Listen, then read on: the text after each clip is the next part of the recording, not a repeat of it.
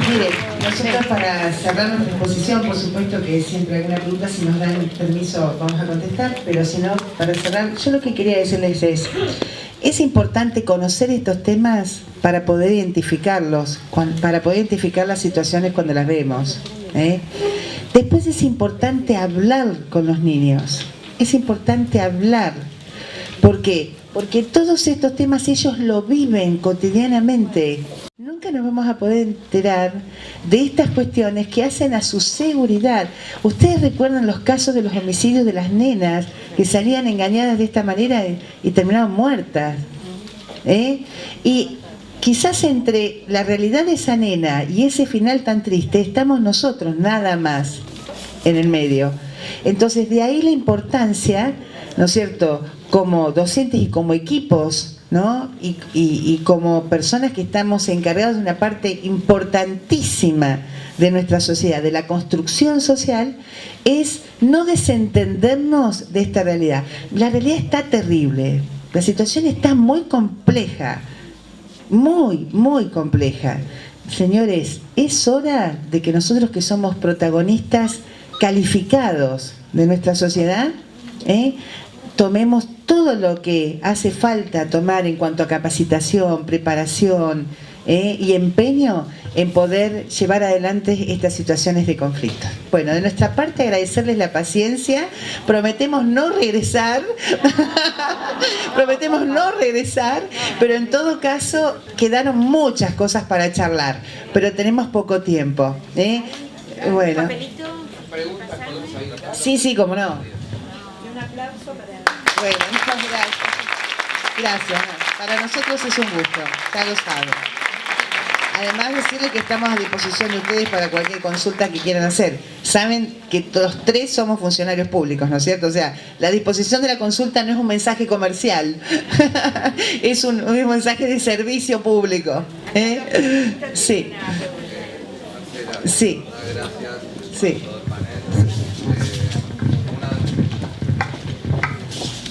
Muchas gracias. Una de las preguntas que nos hacen a la asociación, los colegios en general, es primero el temor si tengo que hacer la denuncia y la comisaría no me quiere tomar la denuncia, ¿qué hago? Y la segunda pregunta que siempre realizan es ¿denuncia o exposición civil? Y la tercera es el miedo que tienen los colegios después de ser víctimas ellos de hacer una denuncia a, digamos, a una persona y cuáles van a ser las consecuencias violentas o incluso legales a través de abogados o lo que fuere con respecto a este victimario. Bueno, con relación al lugar donde hacer la denuncia, ciertamente toda la legislación de menores tiende a evitar la comisaría. De alguna manera la quieren evitar porque por el tema de los menores, ¿no es cierto?, porque de hecho tiene una connotación muy fuerte, pero de hecho el menor no es el que va a ir a la comisaría, ¿sí? Pero yo lo que le quiero decir es que la comisaría no es el lugar y el único, exclusivo lugar donde uno puede hacer una denuncia. Existen lugares calificados como las fiscalías y los juzgados de garantías de nuestro departamento judicial. Son organismos que tienen como función propia el recibir las denuncias y en el caso de la fiscalía tienen habilitadas oficinas especiales para recibir la denuncia. ¿Me entienden? La denuncia puede ser en forma oral, en cuyo caso al presentarnos obviamente nos van a hacer esperar porque en algún momento un funcionario nos recibe y tiene que plasmar por escrito esa denuncia, o podemos llevarla por escrito nosotros, ¿sí? Y obviamente después nos van a llamar para ratificar esa denuncia, etcétera. Yo lo que considero este punto importante, y me dolía a mí misma de no haber hecho tiempo de exponerlo, es que tienen que tener las guías de dónde denunciar antes. Es decir, tienen que buscar la guía del departamento judicial de ustedes y tener ya prevista todas las comisarías, todas las fiscalías, todos los juzgados de garantías. Por supuesto que en cualquier juzgado del país, de la naturaleza que sea, ustedes pueden hacer la denuncia. Pero claro, puede ser que si vamos a un juzgado laboral, puede ser que el empleado, uno cuando entra dice, no, usted tiene que ir a la fiscalía. De hecho, por ley, cualquiera puede tomar una denuncia porque el funcionario público que se entere de un delito tiene la obligación de comunicarlo oficialmente al funcionario encargado de investigarlo para que eso vaya adelante, ¿eh?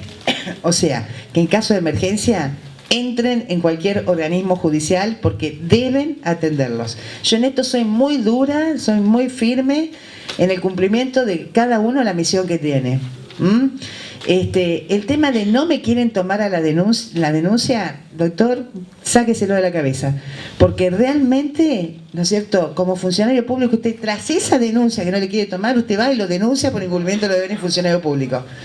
Y no lo denuncia en la misma comisaría, lo denuncia en la jefatura distrital, en la jefatura departamental, es decir, en cualquier otra entidad, y por supuesto sería mucho mejor que vaya a la justicia diciendo en esta comisaría no quisieron recibir la denuncia. Pero hay lugares especialmente predispuestos para eso. Las comisarías de la mujer, por ejemplo, tienen una impronta distinta porque son las encargadas de llevar adelante estos temas, donde se van a encontrar mujeres bastante aguerridas, le diría, ¿no? Y es increíble que haya solo mujeres, porque debería haber hombres en esa comisaría de la mujer. Varones me refiero.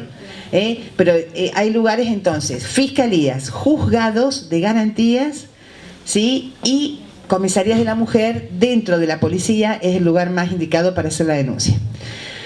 El segundo tema que usted me planteó, ¿no es cierto?, es el tema de la exposición civil o denuncia. Es denuncia, no es exposición civil. Les voy a explicar por qué. La exposición civil prácticamente en la actualidad casi no tiene efecto en este tema de los conflictos. Y ustedes no tienen que tener miedo de hacer la denuncia, porque el fiscal, que es el encargado de investigar los delitos, lo primero que hace al mirar una denuncia es decir, ¿esto es un delito o no es un delito? Si no es un delito, lo desestima. Es decir, lo peor que puede pasar es que el fiscal diga, no, esto técnicamente no es un delito, lo desestima, pero ese documento tiene validez, la misma validez que tiene una exposición civil. Les quiero decir, ¿por qué? Porque es un instrumento público cuando usted hace la denuncia ante una autoridad.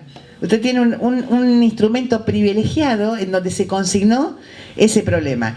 Luego, si ese problema que usted consigna en esa denuncia es un delito, bueno, dará lugar a una investigación penal preparatoria y demás.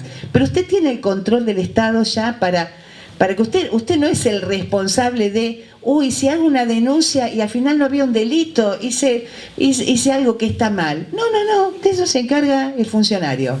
¿Me entienden? Y tiene, insisto, un instrumento a mi juicio más privilegiado cuando usted hace una denuncia que una exposición civil.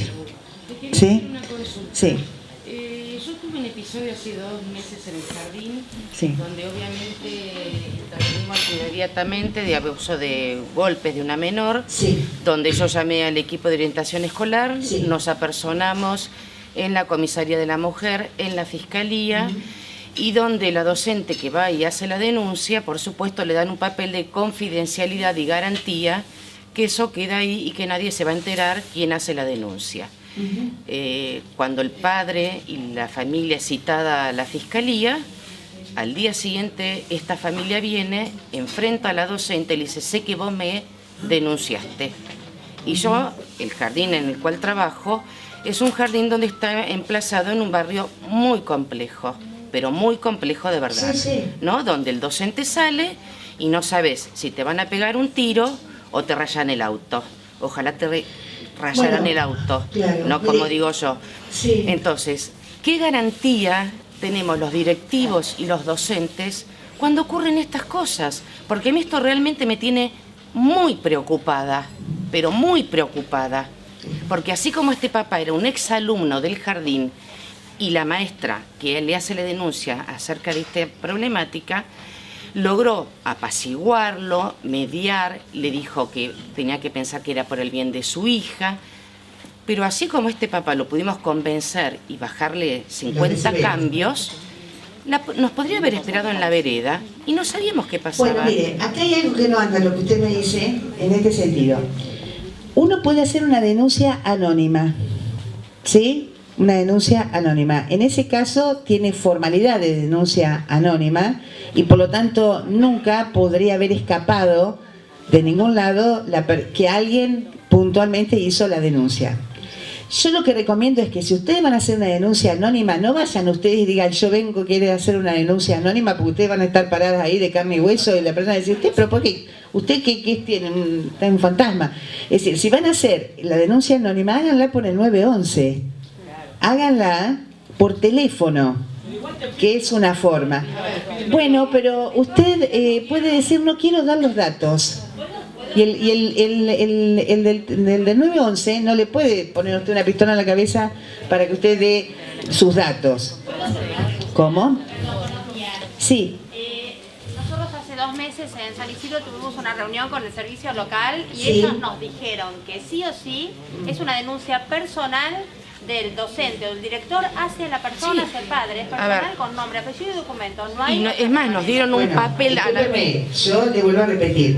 Si usted como docente o como institución va a plantear qué hace en una situación así, le van a decir, mire, usted, para nosotros es un funcionario público, usted tiene que efectuar la denuncia y asumir su cargo y dar el nombre, apellido y decir por qué viene usted acá, porque usted viene a requerir la acción de la justicia. Entonces, en ese sentido, el servicio local no fue incorrecto al decirle así. Pero lo que fue incorrecto por ahí en decirle al servicio local es que ese es el único medio para el cual la justicia tome noticia de la denuncia. Porque yo les voy a explicar. La denuncia, el único efecto que tiene la denuncia es que activar el procedimiento a partir de lo que se llama la notitia criminis, a partir de la noticia de la existencia del crimen. ¿Sí? Entonces, esa noticia yo la puedo tener porque alguien se presenta y dice, mire, yo tomé conocimiento porque soy la directora, también podría haber sido la kiosquera, porque es un delito de acción pública, cualquier ciudadano puede poner en conocimiento de la justicia de cualquier delito. ¿Me entienden? Ahora, si yo voy a obrar por este menor que está desamparado, porque resulta que el que lo abusa es el padre y la madre es cómplice, y entonces yo, como docente, voy a hacer la denuncia, ahí yo estoy asumiendo la representación del menor, porque ustedes recuerdan este tema de que los abusos sexuales son delitos de acción privada, y hace falta alguien que inste a la acción por ese delito, y en tal sentido hace falta que alguien asuma esa representación. Los fiscales asumimos la representación del niño, lo hacemos nosotros. Yo tomo noticia y digo, yo soy la que voy a investigar esto porque esto es un delito y este menor no tiene nadie que lo represente. Después aparece alguien que lo representa, ok, pero en el momento lo hago yo. Miren, les voy a decir una cosa. Quiere decir que si a mí me viniera a ver una directora y me planteara esta cuestión, yo le diría, quédese tranquila, directora, yo voy a hacer la denuncia. Y listo, se acabó el problema. Miren qué fácil. Pero esto sabe quién lo dice, un fiscal, que soy yo. Por ahí, el servicio de protección local no tiene esta seguridad, esta impronta tan clara de decir lo voy a hacer yo, pero tendría que hacerlo ellas. Doctora Falabella. Sí, sí. No Buenos días. Tuve una situación similar a, sí, la de la directora del jardín sí, hace unos años atrás, con acta de la inspectora que había venido al colegio a hacer un examen por una denuncia de la mamá al ver que el niño estaba golpeado. Sí. Me pide a mí, bajo acta, que vaya a la comisaría de la mujer a hacer la denuncia porque el niño había sido golpeado en la casa. Ajá. Me apersono a la comisaría de la mujer y me pasa exactamente lo mismo que le pasó a la docente y fue a hacer la denuncia. Delante de mi persona, la persona que toma conocimiento de esto, levanta el teléfono, llama a la familia para ver si era real lo que yo estaba relatando. Y dando mi nombre, es terrible. Entonces, mi pregunta es, básicamente, si nosotros tomamos la responsabilidad como docentes de proteger al niño ante el abuso, ante esta situación, ¿cuál es la protección que tenemos nosotros? Miren, hay mucha, claro. Mire, no es que exista una protección, lo que puede haber son estrategias para que este conflicto no se agrave más. Yo insisto en que uno tiene que ser inteligente y pensar en el momento y no por ahí una sola persona ir al frente y después tener que soportar esto que además se encuentra con esta falta de imaginación también que tienen a veces los funcionarios para, digamos, para llevar adelante las cuestiones de modo que haya menos riesgo, menos conflictividad para las personas. Por ejemplo, si yo pongo en conocimiento, ahora las inspectoras todas, bueno, listo, me tiran por la ventana, pero ustedes imagínense que yo tomo conocimiento y lo pongo en conocimiento de la autoridad, ¿no es cierto?, superior educativa, las inspectoras de la DIPREJEP. Y la DIPREJEP hace la denuncia. Yo como titular, como inspector jefe de la zona, no sé, 11, 10, 8, 9, vengo a denunciar tal cosa. Puede ser, es una vía, mire, pueden ser. Usted me dice, bueno, ahora las inspectoras, a todo el mundo le comunica a la inspectora. No es el caso. Yo lo que le digo es que cuando nosotros tenemos una situación conflictiva, la mejor solución es ir a hablar directamente en la fiscalía. ¿Sí? Ir a hablar directamente en la fiscalía. Pueden ir al servicio social, al servicio de protección local, pero el servicio de protección local tiene que intervenir en pos del niño de forma inmediata. Pero yo puedo asesorarme directamente ante la autoridad judicial cuál es el mejor camino a seguir. ¿Sí? Por supuesto, pueden tener malas experiencias, pero por lo general van a tener, ¿no es cierto?, una respuesta de un poco más de calidad, en el sentido de que van a tener un acompañamiento, deberían tener un acompañamiento. Miren,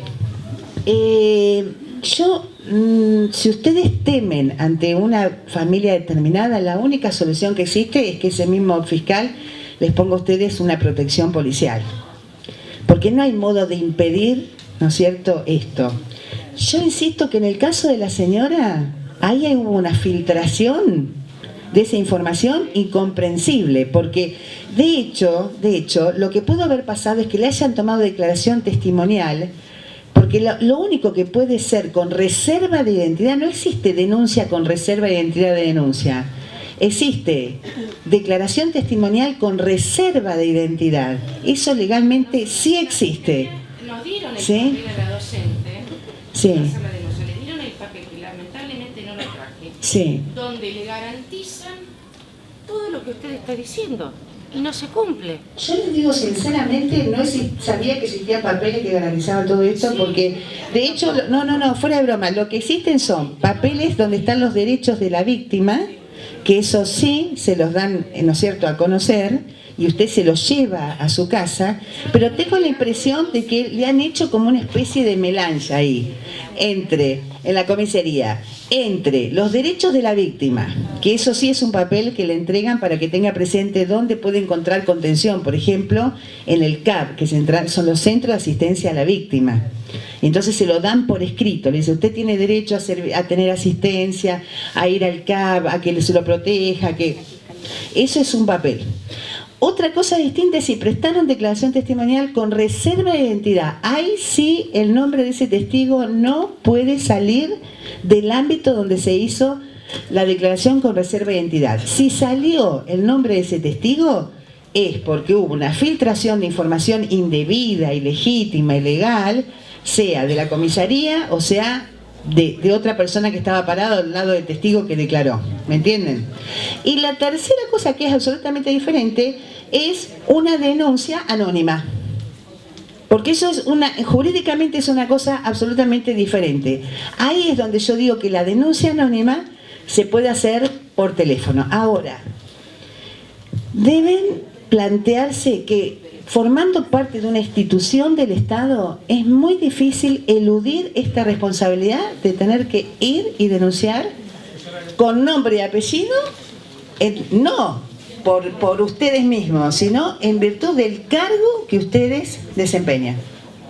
O sea, si la propietaria del establecimiento le encarga a la directora de la escuela ir a hacer la denuncia, esa directora de la escuela debe hacerlo por su cargo de directora, no por ser Marcela Falabella, sino por el cargo que tiene. Y eso, las consecuencias que trae esto, son consecuencias, diría yo, como que propias del cargo que desempeña. Hoy una directora de escuela, dentro de sus tantísimas responsabilidades y obligaciones, también debe asumir que esa es una realidad. porque esto no era pensado antes, digamos, en una época en donde uno solo se encargaba de la enseñanza, y no quiero hacer distinción entre aprendizaje, enseñanza, formación y todo eso que desde la pedagogía podemos hacer, ¿no? Pero me refiero, no era propio una directora encargarse de estos temas. En barrios difíciles, la directora representa quizás lo último, la última línea, ¿no es cierto?, que tiene el Estado para sostener la institucionalidad, ¿no es cierto?, el derecho, la justicia, la verdad, la última línea, y eso trae consecuencias. Yo lo que no admito es que los dejen solos, ¿me entienden? Y en ese sentido voy a insistir con una línea que tuve en la exposición en Mar del Plata, es que las autoridades de la DIPREJEP tienen que acompañar a esos directivos de una manera categórica, haciendo valer todo el poder que tienen, ¿no es cierto?, para convocar a las autoridades que correspondan. Incluso fuera de ellos mismos, ¿no es cierto? Estoy hablando del poder de la autoridad para convocar y exigir a la otra autoridad. Lo que no podemos hacer es dejar a una comunidad sola, ¿me entienden? Esa es, por eso, lo único que, ahora le doy la palabra a la licenciada, que ella tiene mucha experiencia en recibir. Sí. Lo que le quería decir con respecto a cuál es la respuesta que se le puede dar a los padres cuando vienen y dicen, pues si te denuncia o no, es que ustedes están en la obligación profesional que excede, es decirle, transmitirle que no hay una animosidad contra nadie, sino que de repente, como 1 más 1 es 2, este indicador y este indicador derivan en una sospecha y el niño, digamos, se va a someter a un examen. Que si no pasa nada, se queden tranquilos. Pero como les pasa a ustedes, me pasa a mí. Digamos, yo lo que escucho, lo que sea, tengo la obligación del levantamiento del secreto profesional, digamos, y bueno, si después esto le molestó a alguna institución, alguna fuerza de seguridad o lo que sea, bueno, yo lo lamento, yo no soy la encargada de la investigación, o en todos los casos, en el caso de ustedes, ¿no? Pero es la respuesta que ustedes tienen que dar a la familia, ¿no? Y en este sentido, y tomo la pregunta de allá atrás, es muy importante el lenguaje y las expresiones que emplean, ¿eh? Es muy importante el tema del lenguaje. ¿Sí? Dos manos levantadas y allá. cerramos. El señor. Quería comentar 2 experiencias positivas de violencia física. La docente detectó en el aula marcas de moretones en los brazos y en las piernas en 2 casos distintos, ¿no?, de menores. Lo que decidió el colegio fue dejar afuera a la maestra o a la docente del tema, que asuma la directora y el representante legal la responsabilidad. Fuimos a la Comisión de la Mujer, acá en Martínez, el trato fue excelente y el trámite continuó en el juzgado de menores. Claro. Y tengo que decir que de ahí en adelante no supimos más nada y el juzgado se encargó de seguir trabajando con la familia, mandar una asistente social, siguieron trabajando, fue para mí impecable la gestión. Sí tuve que soportar en el primer caso, como representante legal, llamados del primer padre. La segunda familia no tuve inconveniente, pero el primer padre me llamó durante meses, todas las semanas, con agresiones verbales, pero bueno, de alguna manera tratamos de aislar a la docente y focalizar estos conflictos en una sola persona o 2. Sí, por eso lo de tener preparado quiénes son los que toman la intervención, porque esos son los que tienen que estar capacitados, ¿no es cierto?, especialmente para este tema. Les vuelvo a repetir, actas, cada llamado, cada presentación, cada dicho de los papás, cada novedad, cada marcha y contramarcha, escrito, firmado. Porque la tercera pregunta del doctor, ¿no es cierto?, es, ¿esto me acarrea a mí algún tipo de responsabilidad civil, algún tipo de... ¿me puede demandar a mí por esto? Esto a mí como...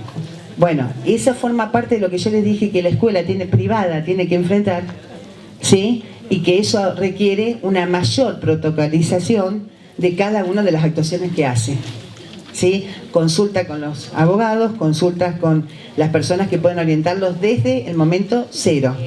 Lo importante es que ustedes siempre registren todo esto y si en algún momento una autoridad judicial de otra naturaleza, por ejemplo la penal, investiga a la justicia de familia por los incumplimientos en ese punto, el colegio va a estar, digamos, bien parado en cuanto a toda su intervención. Pero como el objetivo es sacar al niño, yo le recomiendo que vayamos a otra autoridad más, que es el asesor de menores incapaces. Agradecemos. Bien.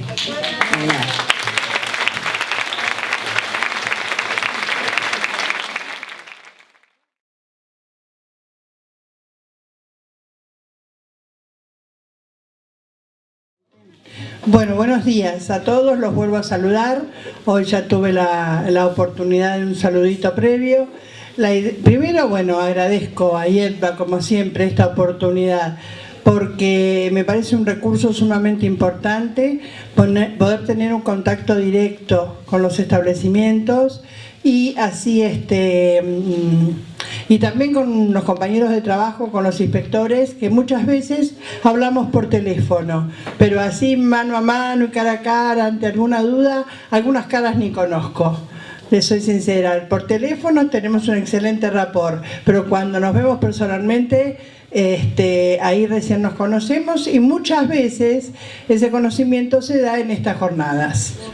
El departamento que tengo a cargo tiene alrededor de 50 empleados. Entonces, ¿qué pasa? El hecho de que ustedes tengan menos problemas en la confección del movimiento, para ustedes es redituable porque perciben el subsidio correspondiente a ese movimiento. Y para nosotros también es redituable porque genera menos trabajo para el liquidador. ¿Sí? O sea, lo que una vez analiza y paga, si el movimiento está retenido, a veces lo tienen que analizar 2 y 3 veces. Bueno. El de abajo, Mariano, era...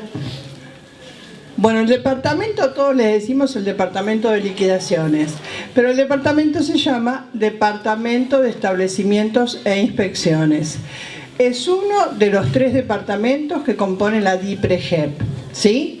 La DIPREGEP, la Dirección Provincial de Gestión Privada, está compuesta por 3 departamentos, por la asesoría docente y también por 2 áreas, coordinación administrativa y el área legal, ¿sí? Los otros 2 departamentos serían el administrativo y el departamento de jubilaciones.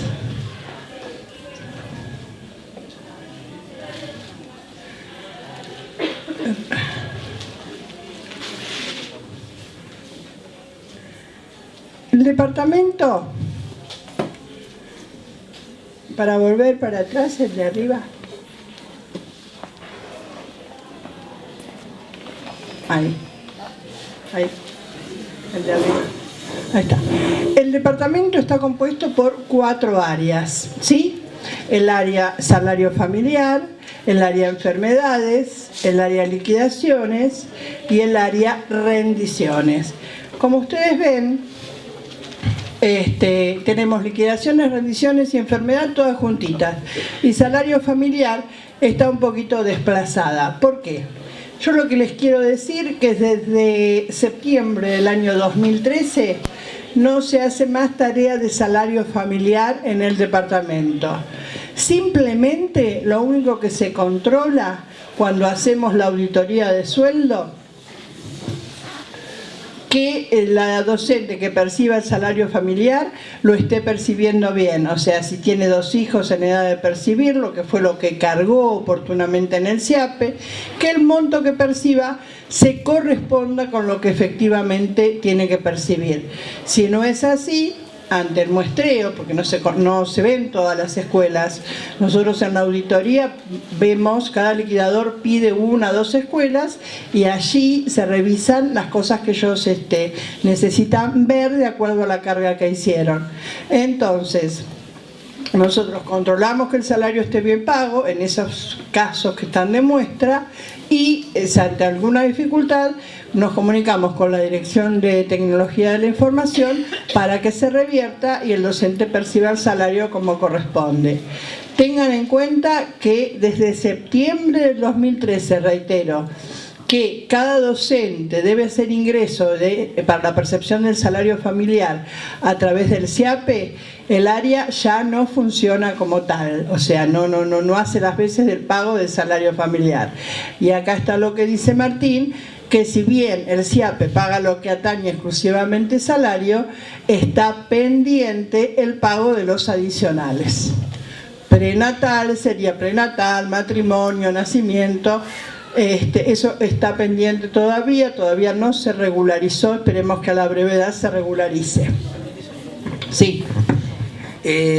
La idea, como les explicaba en el principio de la reunión, es que nos dijeron que estaría todo cargado hasta 2015 pero pendiente de una partida presupuestaria del Ministerio de Economía, que nosotros vemos muy difícil, porque obviamente estamos hablando de adicionales desde el año 2013. Sabemos que es un problema el ejercicio vencido, cuanto más es problema cuando es 2013, 2014, 2015 y 2016. Nosotros pedimos que, no obstante esto, que se siga trabajando, que se cargue lo de 2016, porque si no, o sea, nos va a pasar dentro de 3 años lo mismo que vamos a estar reclamando 2016. Así que esto es un tema que estamos insistiendo. Ustedes verán en las actas del Consejo Consultivo que permanentemente estamos planteando el tema. Ayer inclusive tuvimos con otro funcionario una reunión, en el Consejo Consultivo de la semana pasada también se planteó, porque queremos que esto se solucione. Es un tema bastante complicado, e inclusive es complicado porque muchos de ustedes nos comentan cuando no son adicionales, pero hay salario familiar y la docente te dice: no tengo otros cargos, mi marido no lo cobra y sin embargo no viene en la mecanizada mi salario familiar, que también es un problema para la cuestión relación empleador-empleado, porque ustedes una respuesta tienen que dar, el docente lo tienen en el día a día, y que no llegue ese aporte del Estado no implica que él no lo deba cobrar. Pero por otro lado decimos: ¿y si en realidad no lo cobra porque con este entrecruzamiento de datos surge que hay un exceso en lo que el decreto que reglamenta esto dice, y yo le estoy pagando y le pago doble, ¿sí? O después cobra doble, o le pago y no le corresponde? Que ocurrió en muchos casos que cuando esto se implementó, como dice Miriam, en septiembre de 2013, muchas docentes dejaron de percibirlo porque tal vez trabajaban en un colegio subvencionado y en uno sin aporte estatal y lo cobraban en los dos lados. Entrecruzamiento permitió esto, pero es un tema complejo, muy complejo, por eso necesitamos que se solucione. Algunas de las respuestas que nos habían dado era que cuando a veces el docente carga la declaración jurada y se equivoca o pone un 0 de más o un dato de más, ya directamente no lo cobra por más que después lo rectifique. ¿Sí? Esto es una falla del CIAPE que la reconocieron en el mismo CIAPE, que van a ver si cambian el sistema. Entonces, si un docente se equivocó en la carga, después es muy difícil que se lo paguen. ¿Sí? Por eso también, si bien esto es una declaración jurada, pedimos que ustedes se involucren observando cómo se carga, porque después el prejuicio lo tiene la escuela. Es una declaración jurada, pero después el reclamo les va a venir a ustedes. ¿Sí? Entonces, creemos que se tiene que cambiar este sistema, y bueno, las autoridades llegaron este año, así que están estudiándolo para ver si se mejora y si se cambia. Porque en realidad lo ideal hubiese sido que esté en el área de establecimientos e inspecciones como estaba antes, que no había problemas de esta naturaleza. Pero bueno, vamos a ver si podemos solucionar esto a la brevedad. Tengan en cuenta que la creación del CIAPE fue para todos los organismos oficiales, no solo para educación, ¿sí? Todos los organismos, todos los empleados públicos deben cargar, para percibir la asignación familiar, deben cargar sus datos a través del CIAPE. Bueno, seguimos. Decíamos que está compuesto por 4 áreas: el departamento, el área de liquidaciones, que recibe movimientos, el área salario familiar, que es lo que decíamos recién, el área licencias por enfermedad y el área rendiciones, que es quien recibe la planilla mecanizada. El área liquidaciones es el área que mayor cantidad de movimientos recibe, porque la mayoría de los movimientos que se generan van a ese área. El área, todo lo que es, todas las novedades del docente van al área liquidaciones. Al área de enfermedad, tengan en cuenta que van las licencias las ordinarias, atención de familiar enfermo, y las licencias que se denominaron inculposas. ¿Estas cuáles son? Son esas licencias que el docente tiene accidente de trabajo en otro establecimiento y en el de ustedes toman una licencia extraordinaria por cantidad de días, pero como es a raíz de un accidente de trabajo, va al área enfermedad, no a la subdirección. ¿Por qué hago esta diferencia? Porque al ir al área de enfermedad y por ser una enfermedad inculposa, no se contabilizan los días. ¿Sí? Eso es muy importante, porque si ustedes lo mandan en horario extraordinario lo pagan como una licencia extraordinaria, pero se contabilizan y el docente pierde días de la licencia extraordinaria. Ustedes recuerden que la licencia extraordinaria, al igual que las crónicas, van a la subdirección, y las extraordinarias tienen un determinado periodo, un año con sueldo, un año con medio sueldo y un año sin sueldo. Por eso es sumamente importante que si esta licencia, así sea de 2 meses, es por un accidente de trabajo en otro establecimiento, ustedes lo manden al área de enfermedad, ¿sí? Haciendo la salvedad que es por un accidente de trabajo en el casillero de observaciones en otro establecimiento. Si no, el liquidador la rebota y pone no corresponde al área. No obstante, tengan en cuenta que siempre, para los trastornos de embarazo, para las amenazas de aborto, para este tipo de licencias, siempre tienen que adjuntar el DIPREGEP 4, ¿sí? Esto lo aclaro porque a veces se presta confusión y en trastornos de embarazo no lo ponen, ¿sí? Siempre tiene que estar el DIPREGEP 4 tanto para trastorno, para amenaza o para inculposa. Después, sí. Voy haciendo algunas acotaciones. Esto que dice Miriam es muy importante porque ustedes saben que para accidentes de trabajo la ley de aseguradora de riesgo de trabajo no contempla el pluriempleo, ¿sí? Y obviamente muchos docentes tienen la situación de pluriempleo. Lo que ocurría, que es lo que explicó Miriam, es que cuando el docente tiene un accidente de trabajo en una escuela, en la otra escuela, ¿sí?, no se puede pasar accidente de trabajo y pasábamos enfermedad. Depende, como dijo Miriam, si era ordinaria o extraordinaria. ¿Qué pasaba? Era injusto para el docente, porque el docente decía, ¿por qué tengo que gastar una licencia ordinaria o extraordinaria si en realidad es accidente de trabajo? Pero como no existe a nivel nacional la normativa de riesgo de trabajo, obviamente no había una figura de esa naturaleza. Lo hablamos mucho en el Consejo Consultivo y como hubo en criterio, la profesora Nora Pinedo saca hace 2 o 3 años una comunicación, la número 145 del 2014, donde explica el procedimiento de excepción que para beneficiar al docente, DIPREGEP internamente establece un código para que ese docente que en la escuela A, está con accidente de trabajo y en la escuela B no podían pasarlo por accidente de trabajo y le pasaban licencia, le van a pasar un código donde no se va a contabilizar ni como licencia ordinaria en caso de que sea menos de 25 días, ni extraordinaria. O sea, lo protege al docente. Por eso Miriam hizo esa especificación, que es un tema complejo que mucha gente no lo sabe, porque lamentablemente esa comunicación que la profesora Pinedo sacó como 145, al otro día sacó la 146 que la anulaba. Entonces ustedes dirán, ¿cómo? Esa 145 si al otro día la anularon.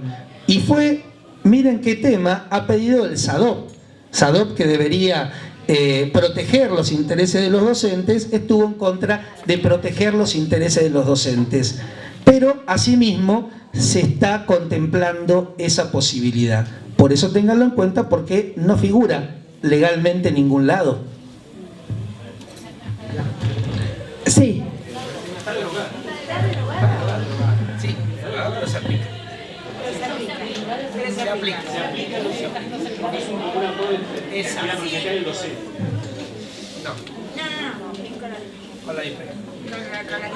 Es un acuerdo en el Consejo Consultivo. A ver, ustedes tienen que tener en cuenta que el Consejo Consultivo es un órgano creado por Ley Provincial de Educación, que el Consejo Consultivo está representado por todas las autoridades educativas provinciales, tanto de la Dirección General como de la DIPREGEP, de las entidades que agrupan a las escuelas privadas y del gremio que agrupa a los docentes de enseñanza privada.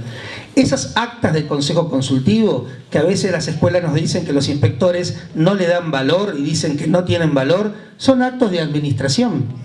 Tienen mucho valor, porque ahí está todo el sector de educación privada reunido, los que defendemos los intereses de las escuelas, de los propietarios de las escuelas, como somos las entidades, las asociaciones, los que defienden los intereses de los trabajadores de educación privada, o que deberían defender el gremio, y las autoridades de la DIPREGEP y las autoridades de la dirección de escuela. De hecho, el subsecretario de Educación preside, en lugar del director general de escuelas, el Consejo Consultivo. Y ahí esos acuerdos obviamente se contemplan. Esto fue un acuerdo del Consejo Consultivo, está en actas, y por lo tanto, a pesar de que este comunicado 145 al otro día quedó sin efecto, la decisión administrativa de la directora Nora Pinedo es que esto se pague. Por eso se está pagando. Lo que no se hace es una difusión para evitar, creo, conflictos como generó el comunicado en su momento. El problema, perdón, una acotación. El problema está en que la ley de ART no contempla el pluriempleo, que es tan común en los docentes. Ese tema nosotros estamos tratando con las cámaras de diputados y senadores para tratar que se modifique la ley, porque solamente las cámaras pueden modificar una ley, ¿verdad? Pero esta presentación está hecha, y si ustedes tienen la agenda, los que han concurrido al Congreso, y si no, en la página de AIEDVA, www.aiedva.com.ar, org.com.ar, no, vamos de nuevo, aiedva.org, está bien. De manera que entrando a la página ustedes podrán ver cuál es la agenda educativa de tanto nacional como provincial de AIEDVA, y ahí está el pedido de la modificación de la ley para que se contemple el pluriempleo, cosa que, si bien el SADOP está diciendo que no puede estar esta comunicación de la DIPREGEP porque ellos fueron los que incentivaron para que se anulara, realmente no están haciendo nada para trabajar el pluriempleo de los docentes, porque es así. Los docentes trabajan en varias escuelas estatales, privadas, etc. Bueno, esta es la cuestión. Estamos trabajando para que esto cobre viso legal absoluto. Mientras tanto, es un acuerdo del Consejo Consultivo y se está dando validez a través del Departamento de Inspecciones y Establecimientos.